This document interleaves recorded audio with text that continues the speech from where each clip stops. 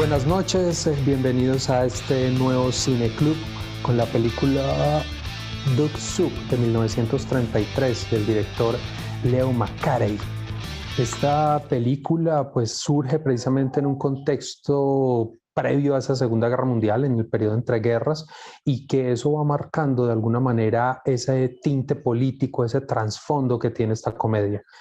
Vamos a hablar mucho de esa parte de humor absurdo, de todo lo que representaban los hermanos Marx, pero que antes de verla como una simple comedia o un simple desparpajo de ideas locas y diálogos acelerados, era sobre todo ese trasfondo de unos judíos queriendo hacer reír.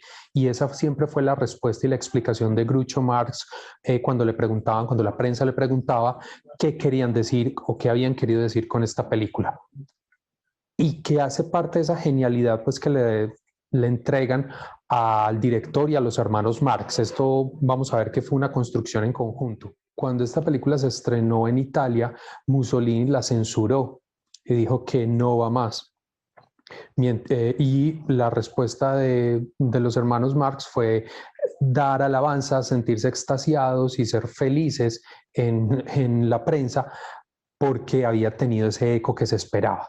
Entonces, digamos que fue un momento apropiado, a pesar de ser mucho antes de cuando estalla realmente la guerra, pero el tinte o el componente que siempre en las entrevistas posteriores resaltaron los hermanos Marx fue ser judíos. El otro gran contexto pues es hablar del director Leo McCarey. Él es uno de los grandes directores del cine clásico de Hollywood, de estas primeras décadas de comedia sonora. Si bien él trabajó en el cine mudo y hizo muchísimos cortometrajes cómicos, su mejor obra está precisamente después con el sonido y se especializó mucho en la comedia de pareja, esa comedia no la que se desarrolla después de los 40, 46 en adelante, de esa comedia que era mucho más inocente, tramas de pareja, sabía cumplir muy bien los requisitos de lo que le pedían los estudios, entonces también eso hacía que lo quisieran contratar siempre. Él se destacaba también por el buen manejo que tenía con los actores y a la final terminaba siendo unas comedias sanas para todo público, bastante entretenidas, pero él siempre se las amañaba para tener este trasfondo, bien sea político o una mirada social, una crítica social a lo que vivía Estados Unidos.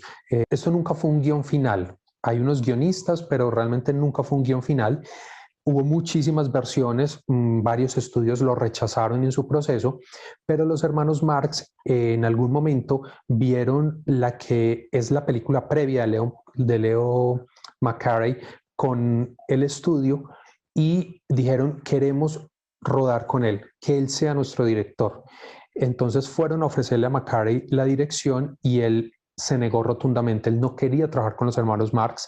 Ya se había dado un estreno, pues se habían dado varias películas, pero sobre todo la película anterior, Plumas de Caballo, con esta película previa, digamos que ya conoció un poco el tinte de lo que eran los hermanos Marx, entonces no quería trabajar con ellos. Y él después en declaraciones lo decía abiertamente, no quería trabajar con ellos, casi que termina odiándolos porque en sus palabras estaban locos. Entonces cada día rodaje era una locura, era muy, muy difícil rodar con este grupo, además que no era uno, es que eran cuatro brincando por todo el set, o sea, debe ser una cosa bien pesada. Y donde muchos críticos del momento comparaban su obra, por ejemplo, con Yasuhiro Ozu, con Dreyer, con directores de primerísima línea, tanto europeos como de Estados Unidos, precisamente por ese gran trasfondo que daba la comedia, era llevar la comedia a otro nivel. Y eso es muy potente, muy importante para entender que ese momento de cómo algo que parecía hecho para solo entretener, también tenía ese discurso ideológico, ese discurso político detrás, y era incluso mucho más potente que si fuera a ser un documental o fuera a ser un drama, porque la comedia para todo público entra más fácil. Y lo otro, no sé, ahora me lo pueden compartir, si conocían a los hermanos Marx. Los hermanos Marx eran un grupo de comediantes, ellos vienen del teatro, el vodevil, eran 6 hermanos en total, 5 coquetearon con el cine o el teatro inicialmente y con el cine, Aquí vimos a los cuatro, es la tercera, cuarta película que trabajaban los cuatro, Groucho, Harpo, Chico y Seppo. Pero al final de esta película, cuando se estrenó y el éxito mediano no tuvo mucho éxito en el momento del estreno, Seppo, que es, para que los ubiquemos, ahora los voy a ir ubicando, Groucho, pues obviamente es el de las gafas y el puro largo. Chico es el italoamericano, el que habla así rápido, acelerado, ese trabajador de calle. Harpo es el mudo, el que no habla, y creó ahí su arquetipo. Y Seppo era el secretario, el que funcionaba como a veces como medio militar, que decía de secretario de Grucho. Ese hermano, cuando termina la película, se retira y dice que no va a seguir actuando con ellos. En alguna entrevista dijo algo así como, es que estoy cansado de que me digan que soy el hermano Marx sin gracia. Cada uno crea ese arquetipo. Entonces, Chico es muy particular porque él hace esa versión del italoamericano, el migrante, ese trabajador, rebuscador, esos diálogos acelerados, embolatar a la gente, sí, hacer el tráfugo, como tratar de engañar. El otro gran integrante, Harpo, a mí me encanta, Harpo me parece entrañable.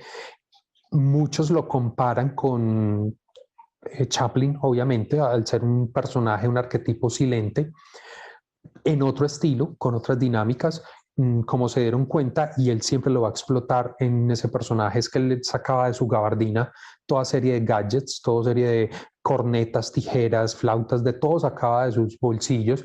Eso es muy recurrente, eso hace parte de su estilo absurdo de llevar la comedia, y que lo que necesitara para ese momento, lo sacaba de los bolsillos. Genial. Y esa postura muda, o sea, cómo el momento de la risa, cómo con las cornetas generaba risa, eso es fantástico. Él en todas sus películas, salvo en esta, creo que hay dos nomás, esta es una de esas dos, en que no toca el arpa. Harpo viene de harpa, él tocaba el arpa y en todas sus películas siempre en algún momento se incorpora ese instrumento y él tiene un solo de arpa.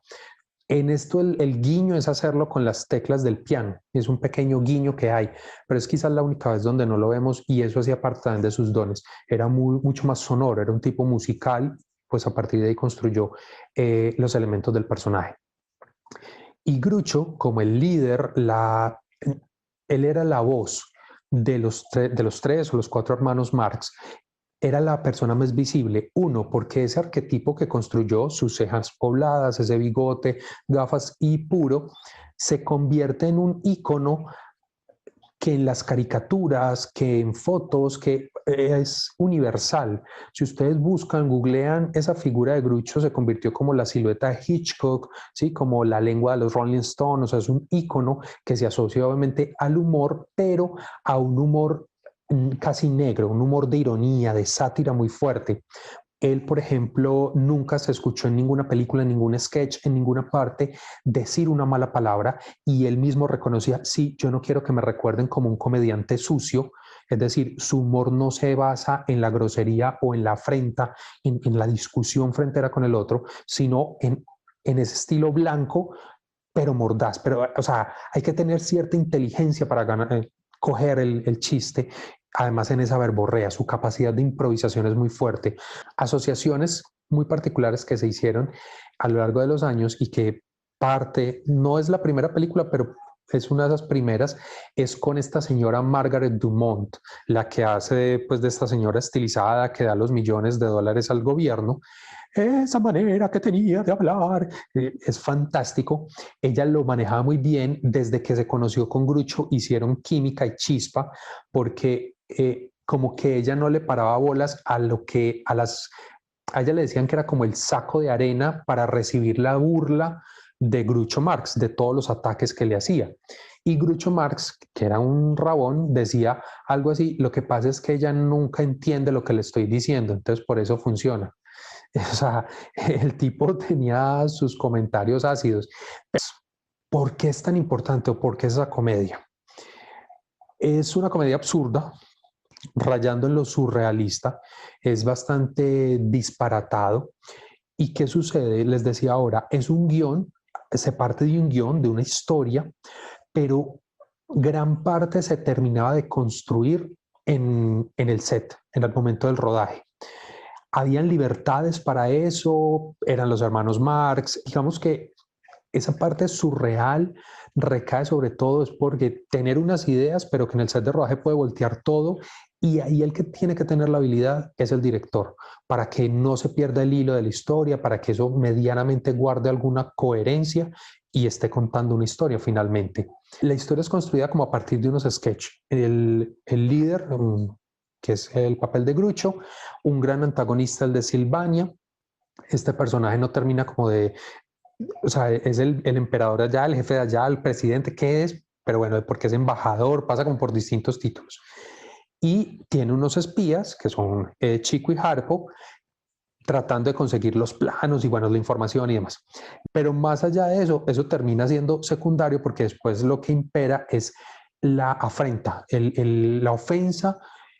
Y me encanta esa última ofensa donde no, estoy dispuesto a pedirle perdón y donde me deje con la mano extendida y no me quiere dar la mano y siente y, después, y yo voy a quedar en ridículo y se fue subiendo el solo y tan apenas entró, toma tu bofetada.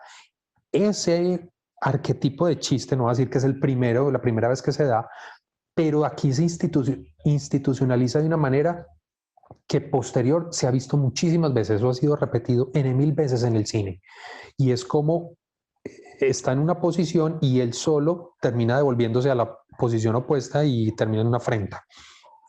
Y Grucho dijo muchas veces que eso se lo debían a Leo Macari.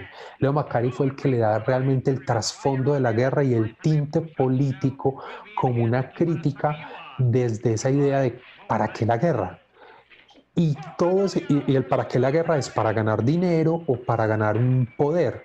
Entonces, claro, más allá de reírse y poner a estos personajes en situaciones absurdas, es que están transmitiendo con esto, que están diciendo. Y por eso digo, es que cuando uno mira la comedia hoy hollywoodense y Jennifer Aniston y su perro, pues dan ganas de llorar o coger a patadas el televisor porque es que no hay nada. Fuera de que los chistes son bobos, los gags son predecibles, no hay ningún tipo de humor innovadores que casi que son los mismos chistes de estas películas con 100 años de diferencia y todavía la siguen haciendo, eh, y no tener tampoco un trasfondo político. Bueno, les doy la palabra, cuéntenme, ¿les gustó, no les gustó, se rieron? ¿Qué pasó? Ana, cuéntame. Bueno, con respecto a la pregunta, no conocía a los hermanos Max, pero el personaje sí, pues sobre todo el de Grucho, pues, o sea, el personaje sí, pero no sabía pues todo lo que nos has pues como contado y súper chévere de explorar. Y para no tomar mucho tiempo, bueno, me pareció genial, pues me divertí demasiado. Me parece todavía increíble pues 1933. Antes, Andrés, no, me gustaría que nos aclararas más del código Hayes, que a mí me apasiona tanto el tema y a los que no han estado y todo lo relacionado con el código Hayes y ya así doy la... Después de el cine sonoro, arranca en el 28, esos primeros años de los años 30 estuvo marcado por unas películas que fueron el principio de un movimiento que se llamó el cine negro. Y el cine negro tenía unas características muy violentas, muy agresivas de forma, es decir, en lo que se veía en la pantalla, pero también en el trasfondo político de lo que estaba viviendo la sociedad del momento. La ley seca, la depresión económica, sí, mafias y demás.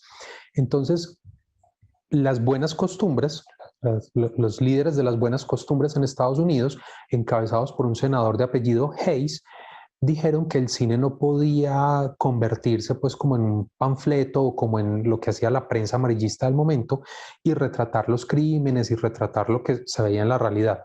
Entonces básicamente redactaron un texto que se convirtió en ley y era que toda película que se produjera en Estados Unidos y se fuera a exhibir tenía que cumplir esos requisitos. Y esos requisitos eh, eran en nombre de las buenas costumbres. Entonces, las películas y se ubican un poco comedias o musicales de los 40 y los 50 están en ese marco. Es no puede consumirse licor, no pueden haber borrachos, solo los borrachos exagerados de comedia, no puede haber besos de lengua, no puede haber escenas de sexo ni medio explícito, o sea, ni medio insinuado.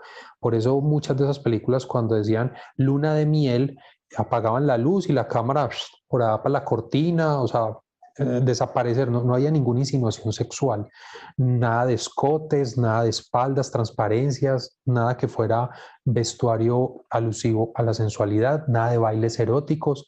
Por eso después cuando salieron las primeras películas con Elvis Presley moviendo la cadera, iba en contra del código Hays y fue un gran escándalo. Nada de lenguaje soez. Entonces también de ahí vienen los chistes de esas películas que decían zambombas, ¿sí? Recorcholis, porque como no se podía decir fuck, entonces había que hacer esas modificaciones. Y sí, o sea, era un listado larguísimo.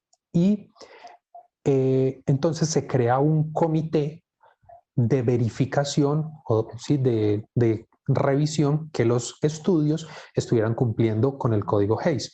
Entonces las películas tenían que pasar ese filtro y eso era casi una censura. Devolvían películas, todo el trasfondo político, el lobby, toda la mafia que quieran estaba ahí. Ah, es que el otro estudio le pagó a este para que no pase esta película y este poder estrenar primero. Todo eso está ahí. Intereses políticos, en fin. El código Hays se sostiene hasta el 63, si no estoy mal, creo que habíamos mirado la otra fecha, Carlos, no recuerdo bien, principios de los 60, y ese código cae y se transforma o evoluciona a lo que hoy se conocen como las clasificaciones. A partir de ahí, entonces lo que es, no vamos a restringir las películas, los estudios, pero sí vamos a decir qué tipo de público la puede ver. No, entonces de la película, definitivamente el valor que más me parece que resalta es la actuación. Y la actuación, aparte de los hermanos Marx, me parece maravillosa el que vende limonadas. Le está cayendo el mundo encima y él la saca. Entonces esa actuación fue la que más resalté. Ese señor me parece un super actor. Le cae el mundo encima y él lo sabe llevar. Mm, también como la realidad es en verdad absurda. Creo que 100 años antes se provocó una guerra entre Argelia y Francia por eso mismo, por una bofetada que le hicieron a un embajador en Francia y eso dio lugar a que Francia no solo convirtiera a Argelia o no sé si Túnez o Argelia, alguno de los dos, en su patio trasero, ni siquiera una colonia, en un departamento más de Francia. Entonces, una película que es más vieja que mi mamá, pues todavía nos sostenga tranquilos y divertidos en este momento. De hecho, me gustó el comentario de la compañera, pues que todavía no me aprendo el nombre, que la vio con su hijo y que ambos la disfrutaron. También eso le da mucho peso a una película en que puede verse en cualquier edad, en cualquier momento. Y sigue atrapando al público. A mí ese juego como de cine mudo que se hace en muchas partes, ese juego así como a lo Chaplin, que hace la escena del espejo o la de los jugos que dice Carlos, de la limonada, pues muchas de esas escenas son tan bien logradas que no requieren diálogo. Pero lo que resalto es que sigue siendo válido el que no haya palabras para que uno disfrute ahí. Y en ese momento que estaban ellos peleando con el cine sonoro y que están arrancando esos comienzos, tiene como mucho peso, como que dice, está bien, son películas con diálogos, pero no peleamos con lo otro, que tiene un sentido muy fuerte y que lo mantiene a uno muy atento. Me pareció divina, me parecieron geniales los actores, Gloria también me gustó. O sea, yo dije que no, son unos genios, porque es que no reírse todavía de esos tiros de ellos, sabiendo que ya uno los ha visto en Chespirito, pues obviamente ellos son los originales, pero vuelve y le da uno risa, o sea, demasiado tesos, pues, y me pareció muy linda la película, me pareció, pues, linda en la fotografía, me pareció muy despampanante, pues porque era todo lujoso y yo pues, veía como cada detalle, no sé si era la fotografía, mucha luz, pero se veía muy, muy bonita la imagen. De acuerdo con muchas cosas de las que han dicho hoy en la noche. A mí la verdad la película me gustó mucho, la disfruté mucho, me parece que es una forma muy buena de volver al cineclub. Me parece que tiene varias cosas muy importantes que resaltar. Yo creo que la primera es esa complejidad de darle distintas capas de profundidad a una historia que se está contando. Desde la superficial de uno simplemente reírse de las bobadas que están haciendo, hasta la capa de todo el contexto político de que nos inventamos un motivo bien pendejo para una guerra donde queremos invadir otro país para quedarnos con ese país y con la plata. Me pareció muy, muy particular la música de la película.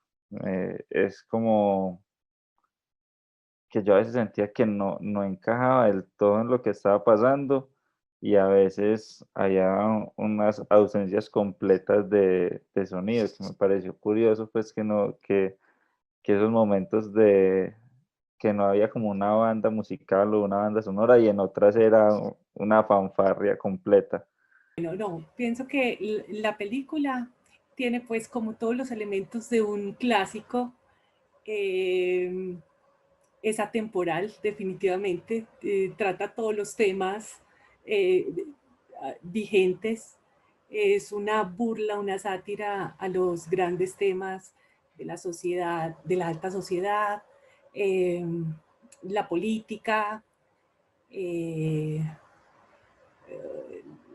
bueno, y paradójicamente pues está hecha para esa gente, ¿cierto? Para la alta sociedad que va a los cines a reírse de sí mismos. Entonces, y aquí está como muy presente todavía el teatro.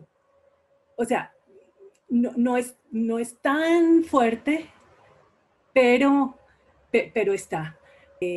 Bueno, una comedia muy, muy simpática, muy atemporal, muy vigente y muy de todos los tiempos. No había visto películas de los hermanos Marx. Y digamos que la mayoría de las escenas, pues, como uno las ha visto en otros escenarios ya, pues digamos que me sacaban una sonrisa, pero no me reía carcajada. Me gustó mucho la escena del espejo, y hubo una en particular que pasó 3 veces, y esa sí me dio mucha risa, y era la de la moto, que salió una parte, la otra se quedaba. La tercera vez inclusive me sorprendió, no lo esperaba. Esa sí no la he visto en ningún Chavo, ni en ningún Chespirito, en ninguno, o sea, no recuerdo haberla visto, entonces esa me sorprendió. Las demás sí, de alguna manera, la he visto en otras ocasiones. Bueno, muchas gracias a todos por haber participado en este Cineclub con los hermanos Marx. La próxima semana nos vamos con cine latinoamericano. Nos seguiremos viendo. Muchas gracias.